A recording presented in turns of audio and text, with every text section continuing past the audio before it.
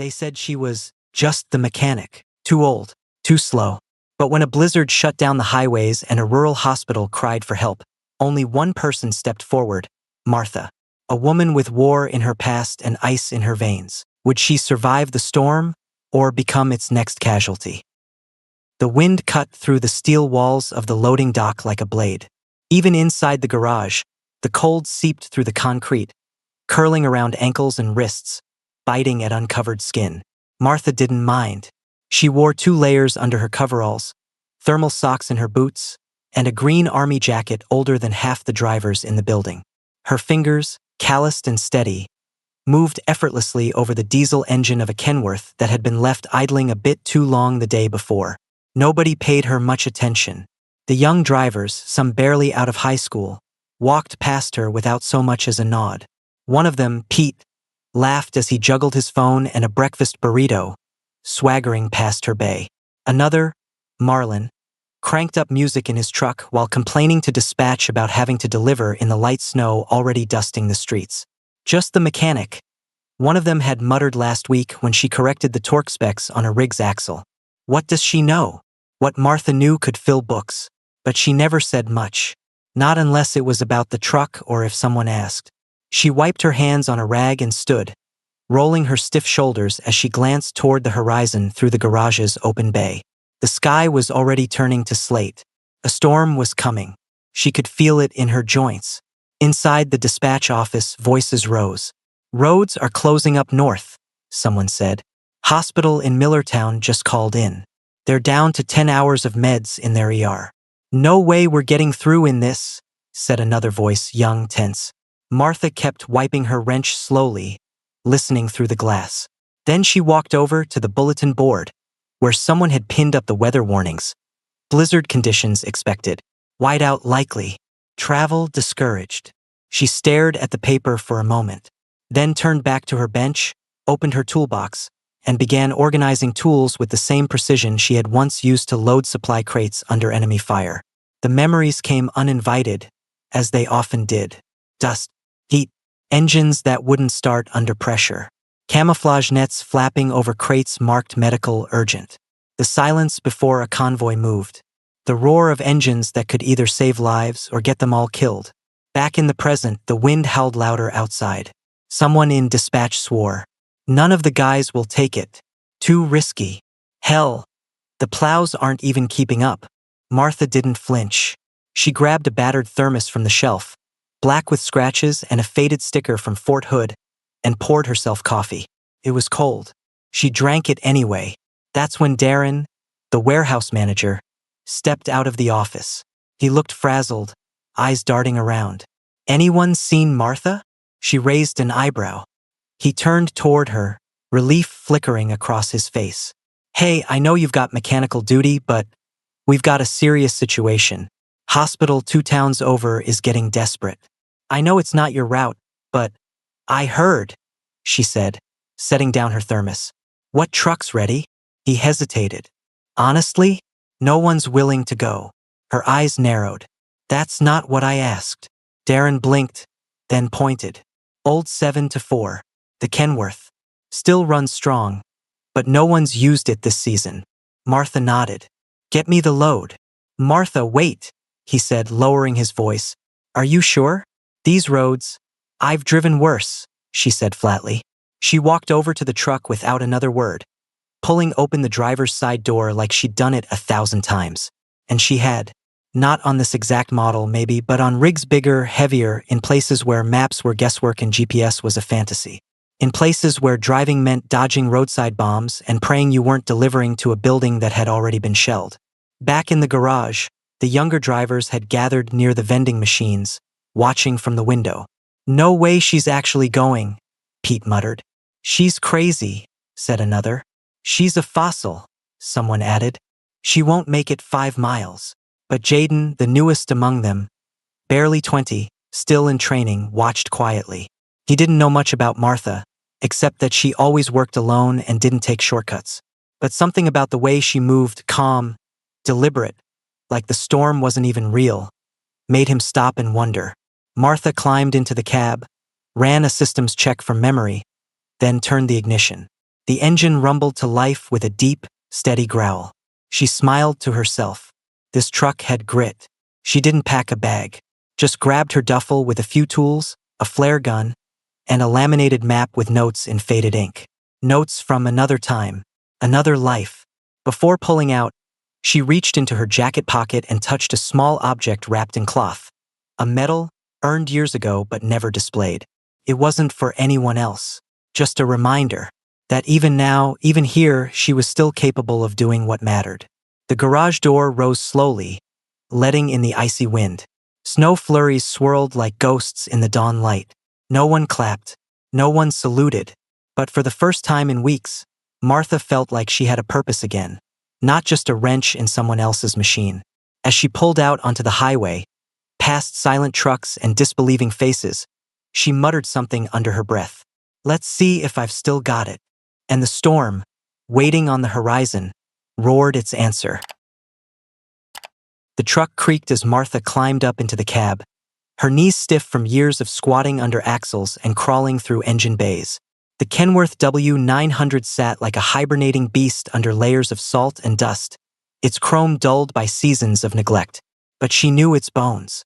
This model had been built to last, and she'd kept it in just enough shape to be ready when anyone needed it. That someone, apparently, was her. She walked a slow circle around the rig, palm grazing the tires, feeling the slight give in the rubber. She let her fingers drift across the fifth wheel and into the cold air lines, checking the seals. No checklist, no clipboard, just instinct and touch. Mechanics never forget what good tension feels like. At the back of the trailer, a forklift hummed as a warehouse tech placed the emergency crates inside. Morphine, antibiotics, insulin, and sealed blood bags packed in portable coolers.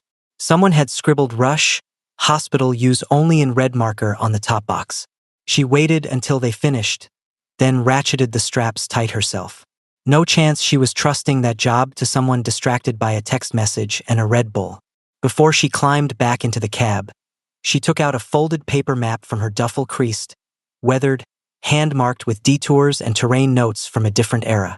She spread it out on the hood of the truck and traced her finger along a stretch of county road that cut through the woods, bypassing the more modern but now impassable state highway. Old logging trail, she thought, could be snowed in, could be open. It was a gamble, but so was everything worth doing. She started the engine. It groaned, coughed, and then settled into a low rumble, like it remembered her. The dashboard lights flickered, but held.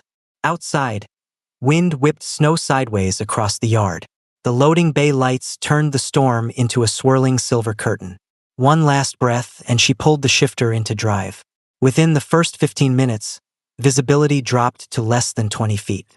The world outside her windshield turned white, blurred by gusting snow and streaks of ice clinging to the glass. The wipers struggled. She leaned forward, eyes narrow, scanning for any hint of motion or contrast beyond the swirling white. Her knuckles tightened on the wheel. Not from fear, never that, but focus. Raw, instinctual. The kind you don't lose, even after 20 years away from convoy duty. Static hissed through the CB. She tried switching channels. Nothing. The weather had knocked out signals, even cellular. She was truly alone out here now. No spotters, no medics, no backup. Just her. A load of fragile hope, and a road that wanted her dead. Afghanistan, she thought. Kandahar to Tarin Kowt. Dust instead of snow. But the silence? The same. She remembered night runs through valleys where headlights made you a target. Where the radio was always quiet because chatter could be intercepted. Where every bump might be more than a pothole. And still she'd driven. Not because she was fearless, but because someone had to. A gust hit the truck broadside, making it lurch. She downshifted fast, correcting the trailer's sway, muscles responding before her mind could catch up. Her breathing stayed slow, controlled. No panic. She was back in her element. 2 hours in, the main road disappeared under wind-blown drifts. Her plan to follow the highway was now impossible.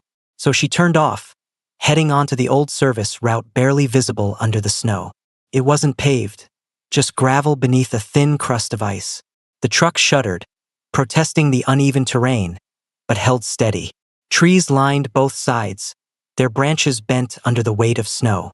A flash of movement made her foot twitch near the brake. A deer, bounding into the dark. Then brake lights ahead. Too close. She slammed the brakes and pulled hard to the left, tires sliding. The rig fishtailed, then stopped with a growl of metal and crunching ice. A jackknifed semi blocked the road. Lights dead. Cab empty. No driver in sight. She threw on her hazards, then pulled the truck into park and grabbed her gloves. Wind tore at her jacket as she stepped out, boots sinking into knee-deep snow. She walked to the disabled truck and banged on the door. No answer. She climbed up and peeked inside. Empty, just as she thought. The driver had probably bailed hours ago. Probably radioed for help and gotten airlifted out. But now this wreck was her problem. She climbed back down and popped her own rig's side compartment, pulling out a flare, a crowbar, and a shovel. The flare hissed as it ignited, casting an orange glow that painted the snow red and gold. It wasn't about clearing a lane wide enough for everyone. She only needed just enough space. 30 minutes of digging, sweating despite the cold, and she had a path carved alongside the trailer's back end. The ground beneath was ice-slicked and narrow, but it would hold if she hit it slow and clean. She climbed back into the cab and set the truck in motion, whispering under her breath like she used to during solo supply runs. Easy now. Don't lose traction. Don't bite. The trailer inched past the wreck with inches to spare. The wheels groaned.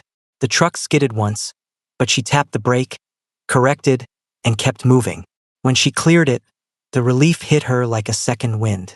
She let out a breath she hadn't realized she was holding. The road ahead was empty. No signs, no lights, just white, endless and unyielding. But inside the cab it was warm, the hum of the engine steady, the heat blasting from the vents. And Martha, hands on the wheel, eyes locked forward, felt more alive than she had in years.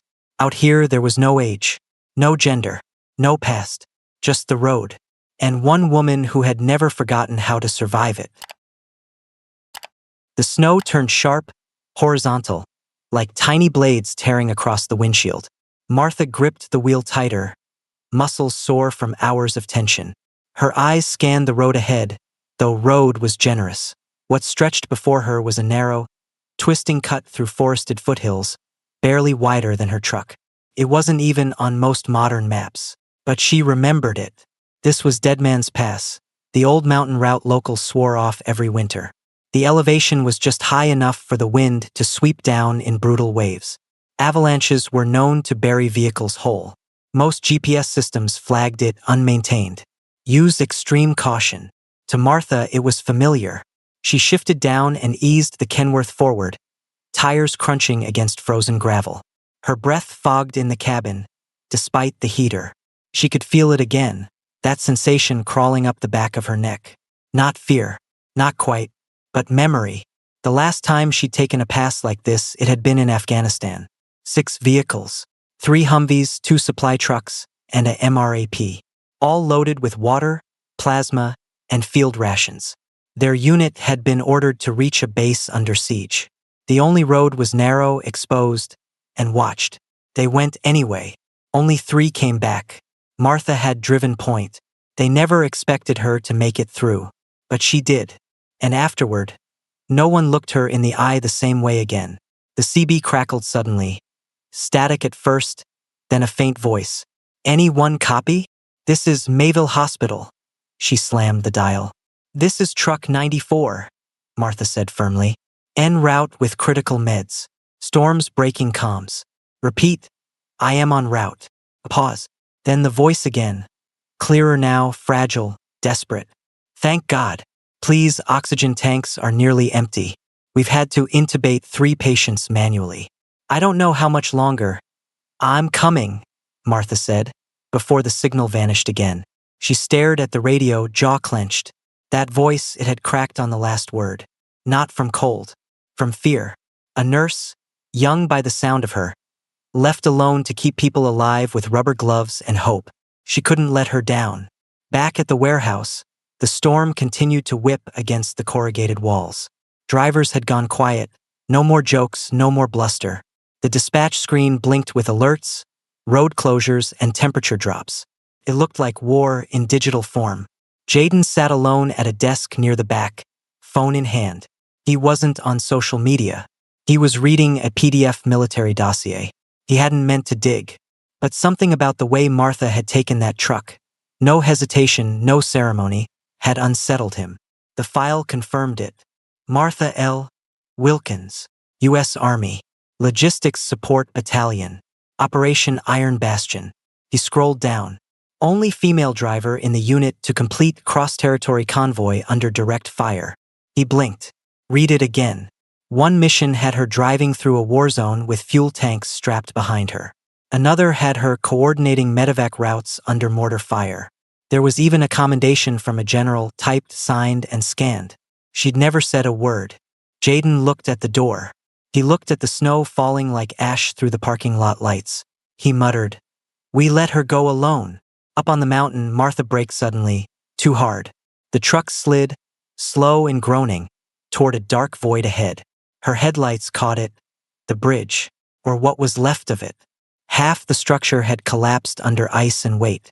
Only one narrow lane remained, tilted, frostbitten, and covered in patches of black ice. It looked like a relic from another century. No guardrails, no guarantees. Martha sat motionless, staring at it. Her chest tightened. She could see the convoy again, see the edge of that cliff in Kandahar.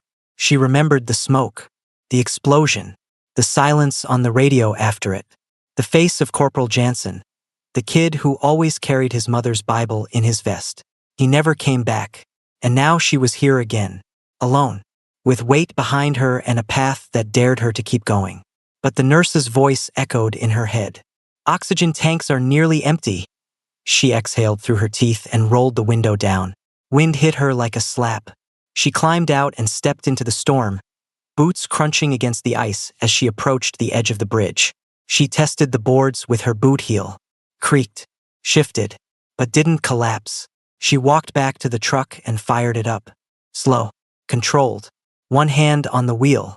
One thought in her mind, if I stop, someone dies. The truck rolled forward. Wheels scraped ice. The bridge groaned under the weight. The trailer tires danced sideways, catching on patches of frost. A lesser driver would have overcorrected. She didn't. She trusted gravity, trusted the tires, trusted herself. She made it across. As the trailer cleared the last beam of the bridge, she let herself say it aloud. Still here. Behind her, the bridge groaned again, then caved in completely. Wood splintered and crashed into the ravine below, swallowed by the wind. No going back now. But Martha didn't look back. She shifted into gear, eyes locked on the road ahead. Not just through the snow, not just through the storm, through memory, through the ghosts, through every "you're too old," every "you're just a mechanic," every time someone handed the keys to a rookie and passed her by. They were behind her now, and she wasn't done driving. Morning came like a sigh, gray, slow, and heavy with the aftermath of snow. The blizzard had passed, but its silence remained, blanketing everything in a frozen hush. Tree branches drooped under the weight of ice. Power lines shimmered in the dawn light.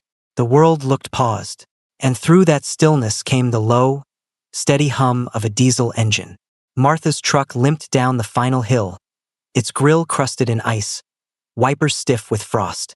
The Kenworth's paint was nearly invisible under layers of snow, the headlights dimmed by mud and sleet. But it moved, faithful, rumbling, resolute. As she turned the final corner, the Mayville Hospital came into view.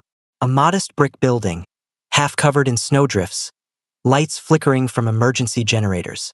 Outside, two nurses shoveled a path toward the road, more out of hope than expectation. Then they heard it. One dropped her shovel. A horn blared once, sharp, defiant, and the truck eased to a stop. The driver's door opened with a creak, and Martha climbed down slowly, boots crunching through the snow. Her parka was torn. One eyebrow was crusted with frost. Her cheeks were raw and windburned, but she was smiling. "Got your meds," she said hoarsely, swinging open the trailer latch. Staff rushed out, nurses, orderlies, even the janitor. They stared, jaws slack, as crates marked critical supply were unloaded by hand. Someone whispered, "She really did it?" Inside the hospital, the medicine was distributed in seconds. Vitals stabilized. Tanks were replaced. One nurse leaned against a wall, tears running freely, as a child began to breathe on her own again. Martha stood in the hallway for a moment, watching it all. No speeches or spotlight, just the quiet satisfaction of knowing she'd made it in time. And then, she turned and walked back into the cold. By the time she returned to the logistics hub, news had already spread. The local paper had her face, wind-chapped and determined, on the front page under the headline, "Veteran driver delivers life-saving medicine in deadly blizzard." Then came the local TV station, then the regional affiliates. By lunchtime, her name was trending. But Martha didn't stop for interviews. She returned to her spot in the garage, same bench, same coffee mug, same grease-stained gloves. Like always, until the door opened. First came Jaden, hat in hand, face flushed. He stood quietly in front of her, holding a socket wrench like it was a gift. Then came the others, drivers, mechanics, dispatchers, people who had barely looked her in the eye now lined up beside her, one by one. No speeches, no apologies, just tools in hand, shoulders squared, eyes full of something new, respect. Jaden was the first to speak. "We didn't know," he said, "but we do now, and we want to learn." Martha stood slowly, wiping her hands on a rag. "Learn what?" "How to do what you did," he said. "How to not freeze up when everything's falling apart. How to move forward." She blinked. For a moment, she saw her old unit. Young faces, some gone, some changed. She nodded once, then looked out toward the snow-covered yard. "Then we'd better start before the next storm hits." Weeks passed and the garage changed. What had been a forgotten corner now buzzed with activity. Maps covered the walls. Emergency protocols were printed, laminated, and pinned up. Martha led drills, nighttime simulations, blackout navigation, crisis logistics. She didn't bark orders. She asked questions. She challenged them. And when someone panicked or got flustered, she told a story, not to boast but to teach. About a roadside ambush in Helmand, a frozen convoy in the Hindu Kush, a sandstorm in Baghdad where she drove blind for 12 miles, trusting the voice in her headset. People listened, and they learned. They started calling her Coach. She didn't mind. In the back of the garage, someone hung a new sign. Simple, carved in wood. "Courage is a choice." "Martha Wilkins," she laughed when she saw it. But she didn't take it down. And so the storm ended. Not just the one that had blanketed the Midwest in ice, but the quiet one that had lived around Martha for years. The one made of dismissive glances and unspoken doubts. She wasn't just the mechanic anymore. She was the woman who answered a call when no one else dared. And for the first time in a long time, the world saw her not for her age, or her silence, or the grease on her hands, but for the legacy she had driven straight through fire, ice, and memory to claim. This story reminds us that real heroes don't need capes. They just need a reason to act. Would you have taken the wheel like Martha? Tell us in the comments. And if her courage inspired you, don't forget to leave it a like, share, and subscribe to embrace the journey for more powerful stories just like this one. See you in the next video.